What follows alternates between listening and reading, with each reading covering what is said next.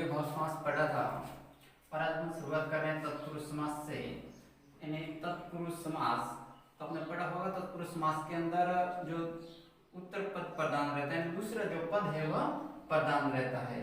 तत्पुरुष समास के अंदर क्या होता है, उसके जो कारकों के जो चिन्ह होते हैं उनका प्राय लोप हो जाता है। जो शब्द होते हैं उसके अंदर जो कारकों के चिन्ह होते हैं वो क्या हो जाते हैं, लोप हो जाते हैं, और विग्रह करने पर वो वापस प्रकट हो जाते हैं। तो तत्पुरुष में दूसरे पद की जो है वो प्रधानता रहती है, दूसरे पद की प्रधानता रहती है। इसमें जो दूसरा पद होता है वह प्रधान होता है। तो इसमें जो कारक चिन्ह होते हैं वह क्या हो जाते हैं, लुप्त हो जाते हैं।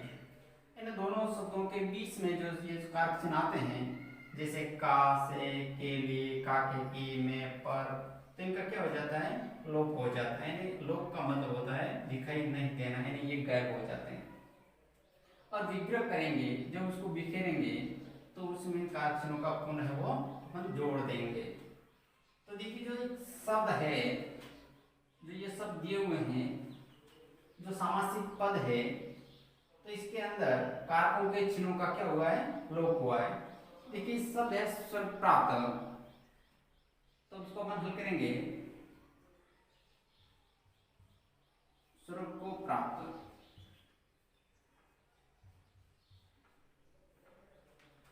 यानी यहाँ पर जो को आया है,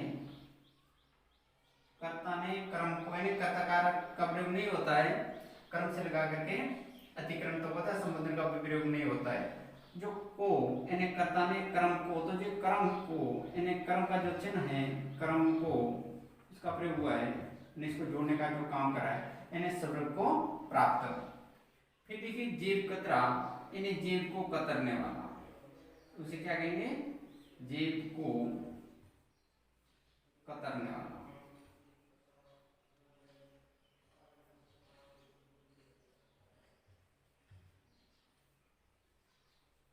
जेब को कतरने वाला, इसमें किसका प्रयोग हुआ है, कर्म का, यानी कोष चिन्ह का।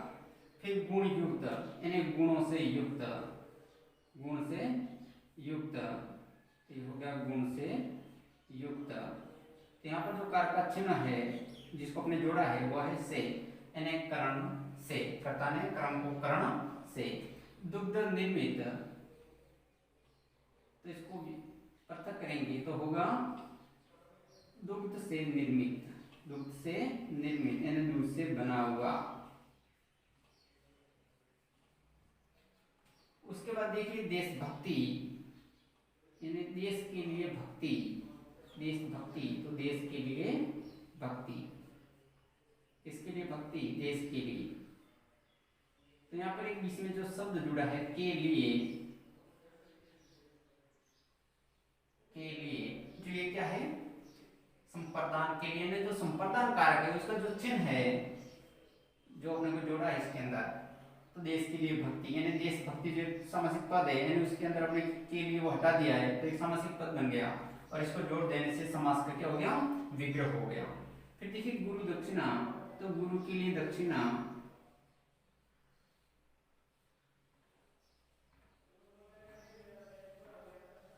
गुरु के लिए दक्षिणा, यानी गुरु दक्षिणा, तो गुरु के लिए दक्षिणा।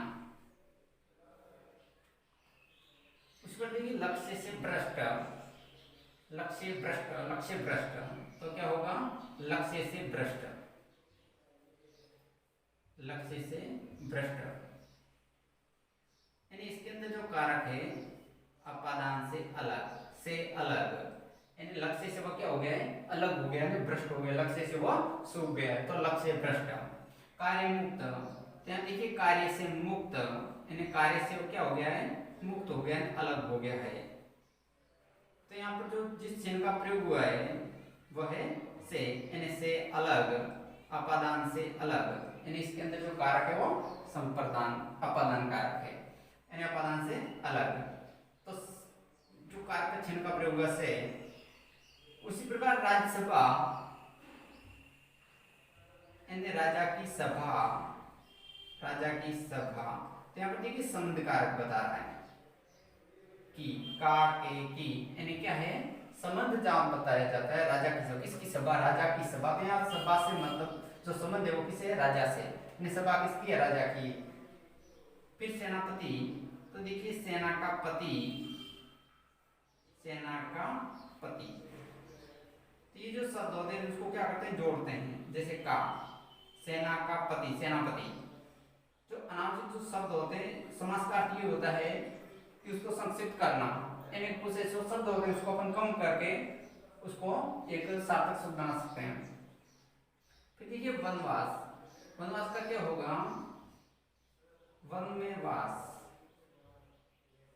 वनवास में पेपर अधिकरण, वास तो कर रहा है, रह तो रह रहा है, कहाँ रह रहा है, वन के अंदर, यानी जो आधार है वही अधिकरण है। तो वन में वास यानी वो कहाँ रह रहा है, वन में, तो मैं का प्रयोग होगा। आत्म केंद्रित यानी आत्म पर केंद्रित, यानी स्वयं पर केंद्रित करना, तो आत्म पर केंद्रित।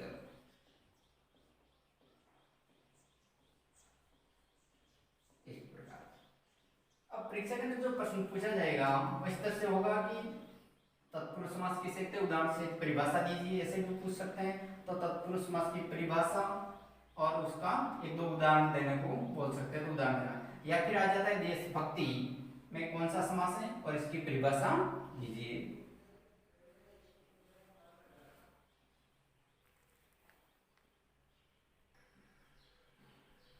तो देखिए क्रमधारय समास, कौन सा समास, क्रमधारय।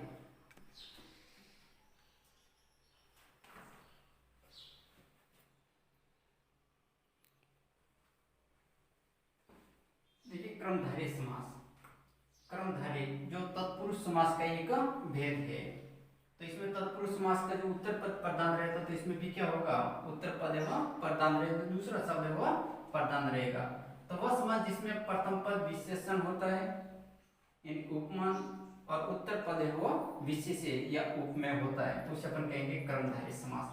अब देखना ये कि समास के अंदर क्या होगा कि प्रथम जो पद है वो विशेषण होगा और उत्तर पद विशेष्य, या प्रथम पद उपमान होगा और उत्तर पद है वो उपमेय। यानी जहां पर विशेषण और विशेष्य, उपमान और उपमेय हो तो वहां पर जो समास होगा वो कौन सा होगा, कर्मधारय समास होगा।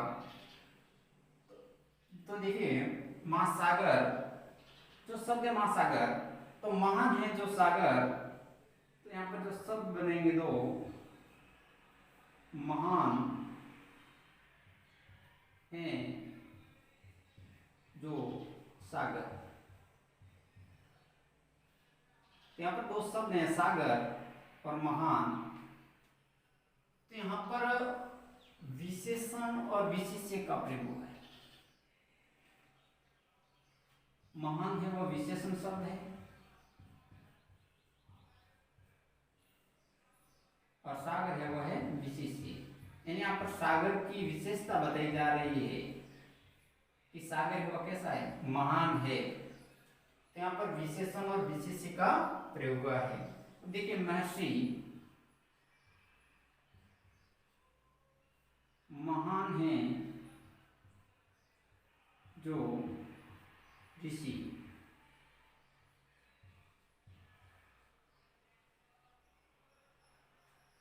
देखिए महान है जो ऋषि,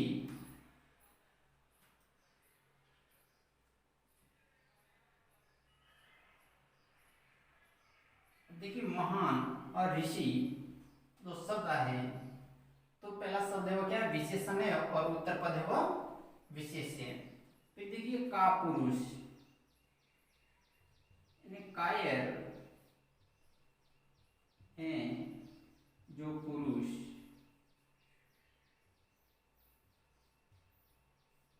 देखिए समास को अपन पहले पढ़ चुके हैं। समास का जो अर्थ होता है वह संक्षिप्त होता है, यानी का पुरुष जो ये है इसको हटा करके, इन शब्दों को हटा कम करके एक जो शब्द बनाया जाता है। तो यहाँ पर देखिए कायर है जो पुरुष, यानी दो शब्द है कायर और पुरुष। तो जो पुरुष है वो कैसा है, कायर है, यानी यहाँ पर उसकी क्या बताई जा रही है, विशेषता बताई जा रही है पुरुष की, कि पुरुष कैसा है, कायर है। फिर अंधविश्वास, तो देखिए अंधा है जो विश्वास, अंधा है जो विश्वास, यानी यहाँ पे विश्वास कैसा है, अंधा है। तो एक विशेषण और दूसरा विशेषण। वीर बाला, वीर हैं जो बाला, जो बाला, यानी बाला कैसी है, वीर है। तो यहाँ पर प्रथम पद है वह क्या है, विशेषण है, और उत्तर पद है वह विशेष्य है, यानी किसी की विशेषता बताना। जहां पर विशेषण और विशेष्य आता है तो शब्द के अंदर जो समास होगा वह होगा कर्मधारय समास। फिर देखिए कमल नयन,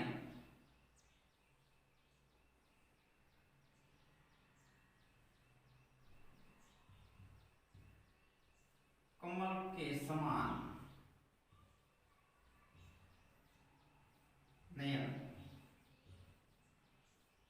यहाँ पर प्रथम पद है वह क्या है, उपमान है, और उत्तर पद क्या है, उपमेय। अब देखिए कमल के समान नयन, यानी जो उपमान है, यानी जिसके द्वारा उपमा दी जाती है, जिसकी तुलना की जाए, यानी नयन की तुलना की जा रही है, किसकी, इस नयन की तुलना की जा रही है, किससे, कमल से। तो जो नयन है वह किसके समान है, कमल के समान है, यानी कमल के समान नयन। तो उसकी जो नयन है, आंख किसके समान है, नयन किसके समान है, कमल के समान। कुसुम कोमल, यानी कुसुम के समान कोमल, कुसुम के समान कोमल, कुसुम के समान कोमल, कुसुम है फूल और कोमल है नरम, यानी फूल के समान कोमल या नरम। फिर देखिए शरण कमल, तो कमल रूपी शरण, कहीं पर रूपी शब्द का भी प्रयोग होता है विग्रह करते समय, तो यहाँ पर होगा कमल रूपी शरण। शरण है वो कैसे है, कमल के समान है, यहाँ पर तुलना की जा रही है। मुख चंद्र, तो चंद्र रूपी मुख, चंद्र रूपी मुख, यहाँ पर मुख को चंद्रमा के समान बताया गया है। किसके समान बताया गया है, चंद्रमा के समान, यानी चंद्र रूपी मुख, कमल रूपी चरण। तो ये जो शब्द आते हैं ऐसे। अब देखिए द्विगु समास, जिस समास में पहला पद क्या हो, संख्यावाचक हो। अब हमें ध्यान रखना है कि कोई भी समास है और पहला पद क्या है, संख्यावाचक है, तो उस शब्द में कौन सा समास होगा, द्विगु समास। यानी अगर संख्यावाची है तो उसके अंदर जो समास होगा वह होगा द्विगु समास, और उसकी पहचान होगी यहाँ से, यानी कैसा होगा वह, संख्यावाचक। अब देखिए त्रिमूर्ति, त्रिमूर्ति, त्रिराहा, शत्रुयुग, नवरत्न, तिरंगा, त्रिलोक। त्रिमूर्ति यानी तीन मूर्तियों का, तीन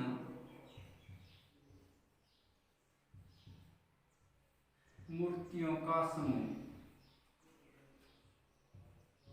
कितने मूर्तियों का, तीन। यहाँ जो तीन है वह संख्यावाची।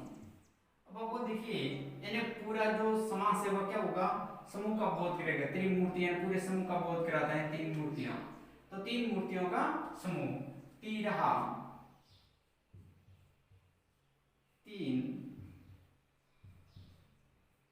राहों का संगम,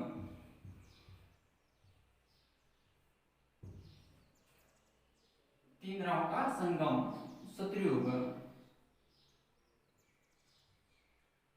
तो देखिए चार युगों का समूह, चार युगों का संहार या समूह। शत्रुयुग यानी जिसमें चार युगों का समूह, जैसे चार युग है तो उन चारों युगों को एक साथ लिखेंगे शत्रुयुग। फिर नवरत्न, तो यहाँ देखिए नव भी लिख सकते हैं और इसको नव भी लिख सकते हैं। सकते हो, रत्नों का समूह, रत्नों का समूह। फिर तिरंगा 3 रंगों वाला,